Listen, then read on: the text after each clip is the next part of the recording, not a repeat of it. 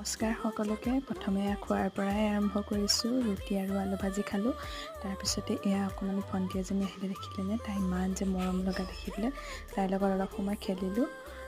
তাৰপিছত সন্ধিয়া গ'লোঁ এয়া আমাৰ পৰিয়ালৰ মানুহ এঘৰত ফুৰিবৰ কাৰণে।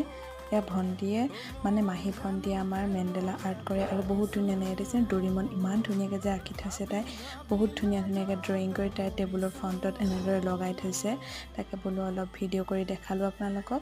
ৰাতিলৈ আকৌ তাই আফগানী এগ কাৰী বনাবৰ কাৰণে এয়া প্ৰিপেৰেশ্যন কৰিলে। প্ৰথমে এয়া চিম্পলকৈ পোলাও বনাওঁ বুলি ক'লে। তাৰপিছতে এয়া পোলাও কাৰণে বনাই আছে। মাহী আৰু তাই মিলি দুইজনীয়ে এয়া পোলাও বনালে।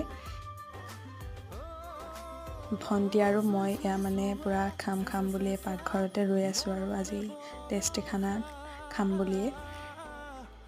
এয়া খানা বনাই ৰেডি। এইখন হৈছে আজিৰ থালিখন। আজিলৈ ইমানে, বাই বাই।